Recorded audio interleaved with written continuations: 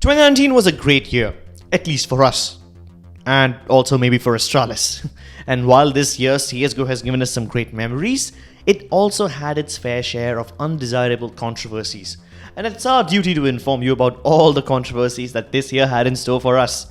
So, before we get started, here's a little word from our sponsor. Improving at your favorite esports title takes discipline, hard work and patience.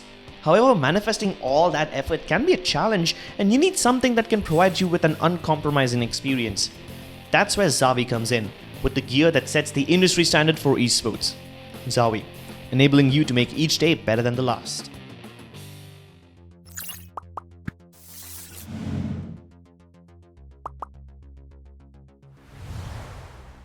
At number 10 is Simple Switchpan. On 13th August, fans of Simple, arguably the world's best player, were shocked to find that his Twitch channel had been banned for a week. Apparently, Simple used a homophobic slur in Russian jokingly during a 29 July FPL game to his Navi teammate Boomich. Нет. Пидор ответ.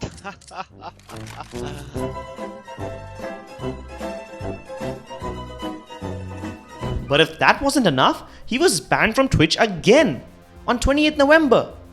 And while last time there was a clear and specific reason, this time there was no reason provided by Twitch. A tweet by Simple has revealed that the second ban from Twitch might have had a similar intention behind it like the first. Once again, he's been caught tossing a word which might have been outside of Twitch's guidelines. He expressed his grief over Twitch taking the usage of certain words out of context, calling the platform terrible and appealing to them that his Twitch partnership be removed. At number 9 is the end of the world. No, just kidding. It's the end of trading CSGO keys. Until 2018, skins and keys trading was a big source of income for some CSGO fans who had literally built business empires out of it. A lot of CSGO trading and betting websites used these keys as currencies, and that was the sole foundation of their business models. Valve rolled out an update which made it impossible to trade and sell CSGO case keys on the community market. One could still buy it, however you could not do anything else with it except for use them for opening cases. The reason behind this sudden restriction is to hamper the worldwide fraud agencies from liquidating their gains by using CSGO keys. They said that nearly all the key purchases that end up happening on the Steam marketplace are believed to be fraud sourced.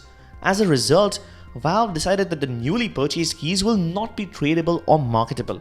While Valve did admit that it might affect the legitimate users, they said that their priority was to root out the fraudsters that have plagued Steam. The end of key trading means that these CSGO businesses were out of commission and it resulted in a lot of them shutting down. At number 8 is the Australian matchfixing scandal. Sporting Integrity Intelligence Unit. Along with the Organised Crime Intelligence Unit, pay attention to these words. This is the agency that deals with mafias and gangs and all that stuff. You do not want to be on their radar. Sporting Integrity Intelligence Unit, along with the Organised Crime Intelligence Unit, started a combined investigation in March 2019 after the police received information from a betting agency about some suspicious activity linked to a CSGO tournament. By August, these two agencies managed to collect plenty of evidence, and then they raided the houses of the people involved in Perth and Mount Eliza in Australia, and they made 6 arrests on the grounds of matchfixing. All the 6 people arrested were somewhere between the ages of 20 and 22. The authorities interviewed them, and the investigation is still ongoing, but if they are found guilty, they can be imprisoned for up to 10 years. While the authorities did not release any details about which tournaments these bets were made in, they did reveal that a total of 5 matches were impacted, while over 20 bets were put on the matches by these Australian punters. Now, this is not a big number, but still it has a great impact. For speculation, during March 2019, some tournaments like the IM Sydney qualifiers and the ESL Australia and New Zealand National Championships were going on. The Australian scene is small, and during that time the people did this. There may have been match-fixing scandals in the past, but this was the first time something like this has happened in Australia. Any update on the situation will be posted on our website, afkgaming.com. At 7th place is Stewie2K's account getting hacked a day before the quarterfinals. During the Starladder Berlin Major, the Steam account of Stewie2K from Team Liquid got hacked a day before the quarterfinals where he was supposed to face Astralis. While all the other teams were scrimming and practicing hard for the upcoming champion stage, Stewie 2K was busy trying to log into his Steam account, which had been seized by a hacker who had completely locked him out of his ID. After trying out several ways of getting access to his account, Jake turned to Twitter asking for help. Steam support was quick to resolve the issue and gave Stewie 2K access to his Steam account. Though accessibility had been restored and the account was secured, it came at the cost of weapon skins worth thousands of dollars that were reported to be missing from the player's inventory. But honestly, I think he got off easy. Losing skins seems like a low price to get out of a scary situation like this. Things could have turned really ugly. Like if the hacker would have done something which resulted in a whack ban or a game ban on his account, his entire career would have been in jeopardy. Now, without letting the foul situation get the better of him, the star player from North America seemed to be calm and collected with utmost focus on their matchup against Astralis. At number 6 is the sensitive topic of crowd cheating incidents. It's natural for a crowd at an event to get excited when watching CSGO. Sometimes, however, they end up involuntarily giving away crucial information to the players. When the crowd starts to shout or react to something, the players know that something's about to happen. You can't ask the crowd to stay silent, so the players can now bait out information out of the crowd. However, sometimes there's just a few bad apples in the arena who simply ruin it for everyone by shouting A or B or whatever. V1, a 1v2, when you're sneaking through a smoke, when you aim at a wall, that's when the audience helps you. Like me and Jordan do this thing, especially Jordan. When we're in like a 1v2 or a 1v1, we look at a wall. Why? Because if you look at a wall or you look at a smoke, the crowd's going to get loud. And if the crowd gets loud, you know he's there. Very recently at the ESL Pro League Season 10, in the match between Astralis and Mousesports, Astralis got some help from the crowd when they seemed to be reacting to their plays in order to help them. Little boost on the spool, so he was not ready for this. Or is he? My goodness, how interesting. Zipex through underpass. He's got Glaive in tow as well. And they get the frag! Unbelievable! There were instances where some people literally screamed out the positions of the players As they possibly can afford to take as they get a boost into the window. Surely. Oh, apparently he does! The game sense unrivaled! While nobody can be held responsible for these sort of controversies, some players have just adapted to using the crowd to their advantage. To fix this problem, pros are discussing whether soundproof booths for the players should be mandatory at every event. While these will completely block out the audience noises and make the game fair, they will lose out on the moral support that one could get if the crowd is cheering for them. 5th place, Starladder not paying their talents. Several popular CSGO casters and broadcast talents have tweeted in the past about not getting paid by a certain tournament organizer. However, when they made these tweets, they made sure not to name the TO, fearing that if they called them out publicly, they would be never hired by them again. After delaying payments for more than 3 months, everyone started to wonder who that tournament organizer was after so many people spoke about it. Finally, Richard Lewis called them out, and he spoke up on behalf of all the talents, and he put their wrongdoings out in the open for the world to see.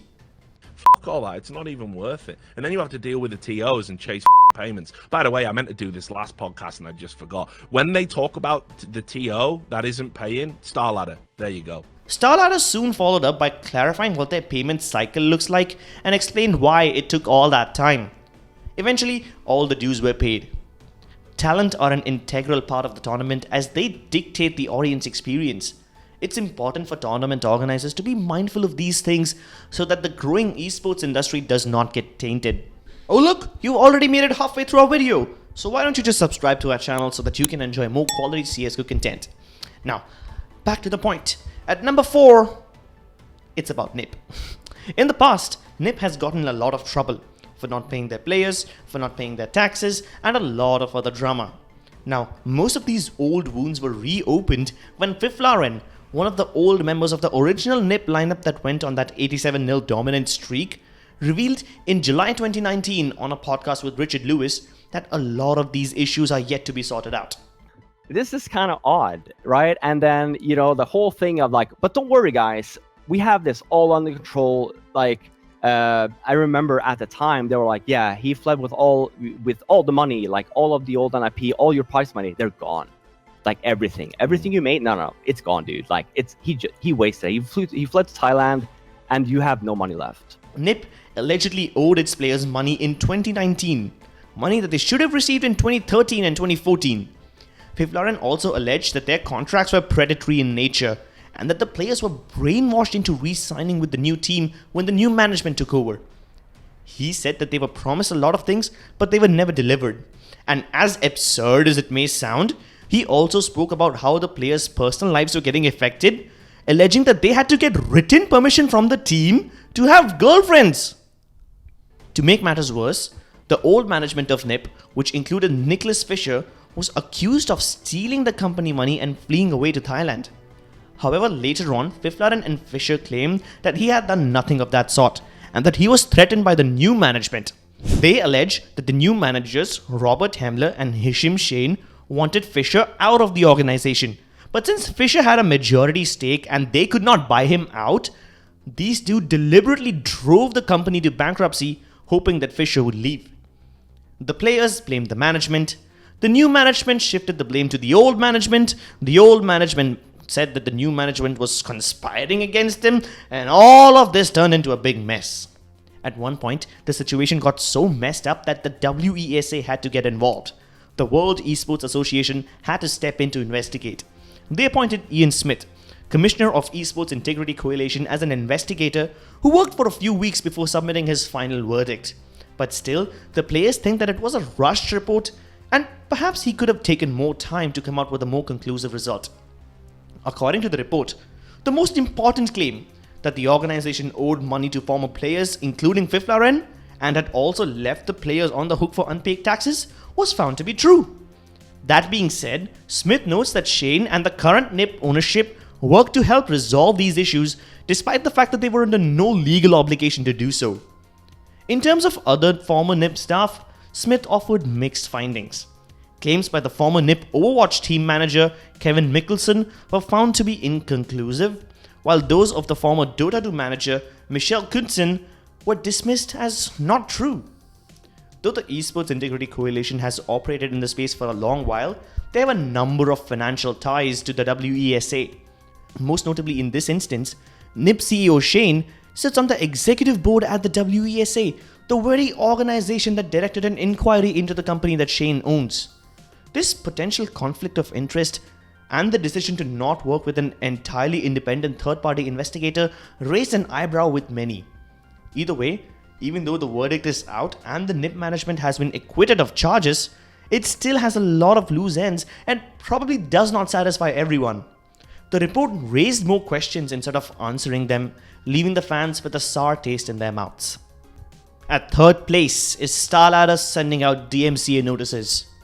CSGO's GoTV system of watching demos and games live is a tool that a lot of streamers and content creators use.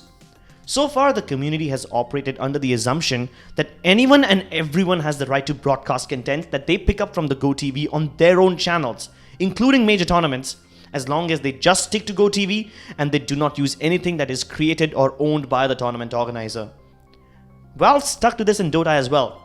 Valve's stance on Dota TV broadcast explicitly states that no one besides Valve can send DMCA notices for games streamed off of Dota TV without using the broadcaster's unique content. But during the Starladder Berlin Major, several CSGO streamers such as Floam, Nuki, and MCH had their streams and Twitch channels taken down after Starladder issued DMCA notices to them. In a blog post on the Counter-Strike official website titled Keeping Things Competitive, Valve clarified its stance about the multiple ongoing rumors and the conversations in the community, including those around media rights for tournament broadcasts. It seems that Valve's stance on CSGO deviates from the one on Dota 2, as Valve has now made it clear that the major tournament operators have always been the only party that has had the license to broadcast the major. The post goes on to state that Valve expects its major partners to be as inclusive as possible, and that they are expected to work with the streamers in order to provide viewers with access to alternative content and language options. The clear message here is that anybody that wants to stream or create content around the CSGO Major needs to reach out to the tournament operator in advance to obtain permission. The implied message is that the tournament organizers own exclusive licenses, not just to broadcast or live stream the majors, but also the in-game assets such as the demo files. We are now approaching the tippy top of the list, as on number 2 we have eliminating conflict of interest. In the blog post Keeping Things Competitive, along with another one titled Keeping Things Transparent, Valve tackled the issues regarding conflict of interest. An example of conflict of interest was the fact that Team Astralis and the tournament organizer Blast was owned by the same company called Refresh Entertainment. Valve has talked about conflict of interest arising out of shared ownership between teams and tournament organizers. Valve considers any situation where a tournament team or a player has a financial relationship with any other participating team or its players to be conflict of interest.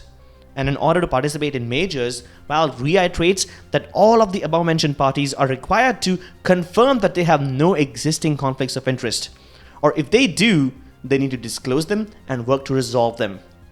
It's interesting to note that this statement applies not just to players and teams, but also to licensee and tournament staff, and that Valve reserves the right to require that the license address and remove any business entanglement or terminate the contract without cost or penalty.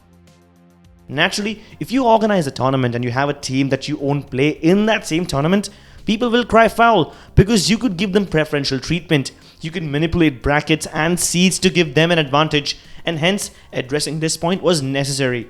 To deal with this situation, Refresh Entertainment pulled out of Astralis as an investor. And at number 1 is the exclusivity that tournament organizers wanted. Esports is a growing industry. Naturally, it will attract other investors and more tournament organizers and esports teams will want to come in. And when they do come in, they will have certain expectations of their own. One expectation that almost everyone has is to dominate the interest of the viewers and fans. As a result, some tournament organizers tried to force exclusivity of participating teams. That means if one of the teams participated in a particular tournament, they would not be allowed to take part in any other tournament. At one point, Blast Pro Series and ESL's Pro Tour were both engaged in trying to get teams to sign exclusively. Valve released a statement about leagues that enforce exclusivity for participating teams. This is a strict no from Valve, who stated that even though it's free to obtain a CSGO tournament license, a format that restricts teams from participating in other tournament organizers' events is one that could cause long-term damage. And in addition to restricting the competition among tournament organizers, Valve stated that exclusivity prevents other events from keeping the CSGO ecosystem functioning if an individual event fails. Valve's ruling on the matter is very clear. They said that at this time, they are not interested in providing licenses for events that restrict participating teams from attending other events. CSGO ecosystem is vastly different from the Dota ecosystem. Unlike Dota, CSGO does not have an international that Dota has. CS doesn't have any events where money is poured in directly by the game developer. That's why all these tournament organizers are equally important. Well, that was our list of the top 10 controversies of 2019. If you think we missed out on anything, or if you think something else deserved to be on higher spot, let us know in the comments below, and let us know which one of these did you think was the most controversial of them all. Like the video if you enjoyed it, and subscribe for more CSGO content. Thanks for watching, and we will see you next time. Oh, and a Merry Christmas and a Happy New Year.